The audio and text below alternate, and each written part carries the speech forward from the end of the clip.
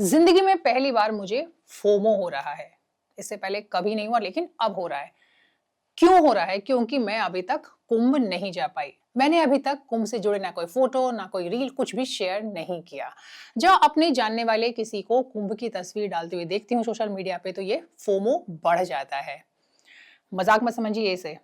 थोड़े टाइम पहले तक जब घर के बच्चे फोमो यानी फियर ऑफ मिसिंग आउट ये शब्द बोलते थे, तो कभी मैं हंस के टाल देती थी और कभी कोफ्त भी होती थी और लंबा लेक्चर शुरू हो जाता था। फोमो कुछ नहीं होता, वही करो जो तुम्हारा दिल करता है, कोई दूसरा क्या करता है इससे तुम पर फर्क नहीं पड़ना चाहिए, और भी ना जाने क्या क्या। पर अब मुझे भी फोमो हो रहा है।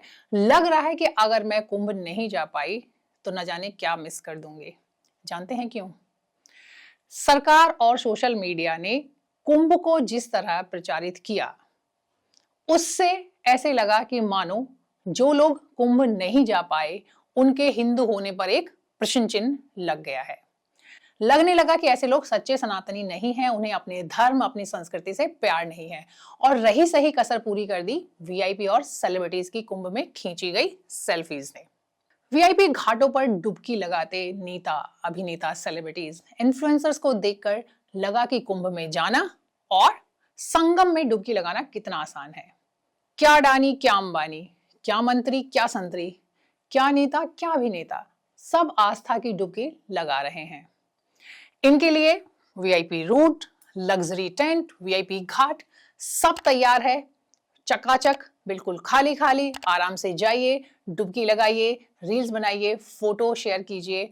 ये फोटोज, ये रील्स देकर मैं कुछ देर के लिए भूल जाती हूँ कि मैं वीआईपी नहीं हूँ, मैं इस देश की आम नागरिक हूँ, करोड़ों लोगों में से एक।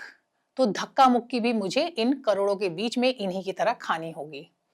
फिर वो तस्वीरें भी जहन में आती हैं जहां पे लोग एक दूसरे पर चढ़ रहे हैं, गिर रहे हैं, भगदड़ मची है, परेशान हैं, रो रहे हैं, और साथ ही साथ भगदड़ की खबरें भी सामने आती हैं। पर मन है कि मानता नहीं। खुद को समझाने लगती हूँ कि बड़ी आबादी वाला देश है, वहां इस तरह के इवेंट में, इस तरह के आयोजन में ऐसी घटनाएं हो सकती है। फिर मंत्रियों के बयान भी सामने आ जाते हैं कि इतने बड़े आयोजन में इस तरह की छोटी मोटी घटना हो सकती है। तो जहाँ इतना बड़ा प्रबंधन और इतना बड़ा भीड़ होती तो छोटी मोटी कहीं न कहीं घटना हो जाती। ये घटना हमारे लिए दुखद है, मैं चाहता हूँ आगे न हो। लेकिन मंत्री महोदय को कोई बताए कि ये छोटी मोटी घटना नहीं है। जिस किसी के घर से, जिस किसी के परिवार से कभी कोई अपनी जान खो देता है, गंवा देता है, तो ये ऐसा दुख है जो कि पूरी जिंदगी खत्म नहीं होता। इसे छोटी मोटी घटना बिल्कुल नहीं कहा जा सकता, और ऐसा कहना उनके दुख को बढ़ाना है। फिर सरकारी दावे आते हैं कि अब तक 50 करोड़ से ज्यादा लोगों ने आस्था की डुबकी लगाई है। ये मेरा जो मन अभी तार्किक हो रहा था उसको दूसरी तरफ ले जाता है और मेरा मन फिर से डूबने लगता है कि कहीं मैं ही ना छूट जाऊं। वैसे 50 करोड़ का मतलब हुआ हर 3 भारतीय में से एक। मैंने सोचा, कुछ कैलकुलेट किया, अपने पड़ोसी, दोस्त, रिश्तेदार, इन सब पे निगाहें डालनी शुरू की, और मैंने ऑब्जर्व किया, कैलकुलेट किया कि इन 50 लोगों से अगर मैंने बात की तो उसमें से मुश्किल से 5 से 10 लोग गए हैं, जो कि 5-10% भी नहीं बैठता। फिर ये 50 करोड़ की तादाद, 50 करोड़ की आबादी कहां से आई? है ना हैरानी की बात। पर सरकार कह रही है, सरकार दावे कर रही है, तो ऐसा हुआ होगा, इस पे सोचना क्या। हैरानी की बात यह जरूर है कि जब कुंभ में या फिर नई दिल्ली रेलवे स्टेशन पर भगदड़ की बात सामने आती तो यही सरकार पहले से झुठलाती है, फिर हिचकिचाते हुए कुछ बताती है, बहुत कुछ छुपाती है।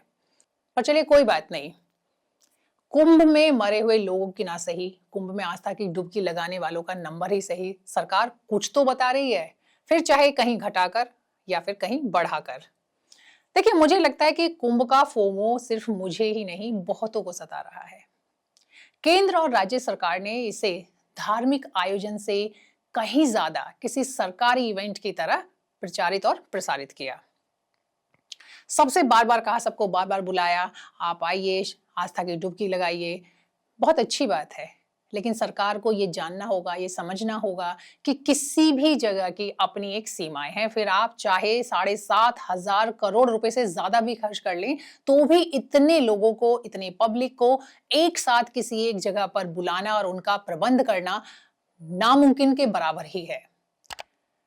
वैसे भी 140 करोड़ की आबादी वाले इस देश में क्राउड मैनेजमेंट किसी भी बड़े इवेंट की सबसे पहली प्रायोरिटी, सबसे पहली प्राथमिकता होनी चाहिए, क्योंकि कुंभ ही नहीं, किसी भी धार्मिक स्थल पर भक्त बेभक्त ऐसे उमड़ने लगे हैं कि मानो यहां नहीं गए तो मोक्ष से वंचित रह जाएंगे। पहले क्या होता था कि परिवार में इक्का दुक्का बड़े बुजुर्ग जिंदगी के आखिरी पड़ाव में तीर्थ पर जाते थे, और वो भी ये कहते हुए कि वापस लौटे तो फिर मिलेंगे वरना ऊपर मुलाकात होगी। पर अब कहीं भी आना जाना इतना आसान, इतना सुलभ हो गया कि हर तीर्थ पर जाम लग जाता है। उस पर सोशल मीडिया के इन्फ्लुएंसर, ट्रैवल ब्लॉगर, उन्हें फोटो खींचने हैं, रील बनानी है, उनका समझ में आता है क्योंकि ये उनका काम है। पर ये रील, ये फोटो हम सबको बनाने, खींचने हैं, हम सबको बनानी है, क्योंकि हमें भी अपने दोस्त और जानने वालों को दिखाना है। फिर वही फोमो। बचपन में मम्मी एक कहानी सुनाती थी, जितना सिंह का डर नहीं है उससे ज्यादा टपका का डर, टपका यानी बूंद।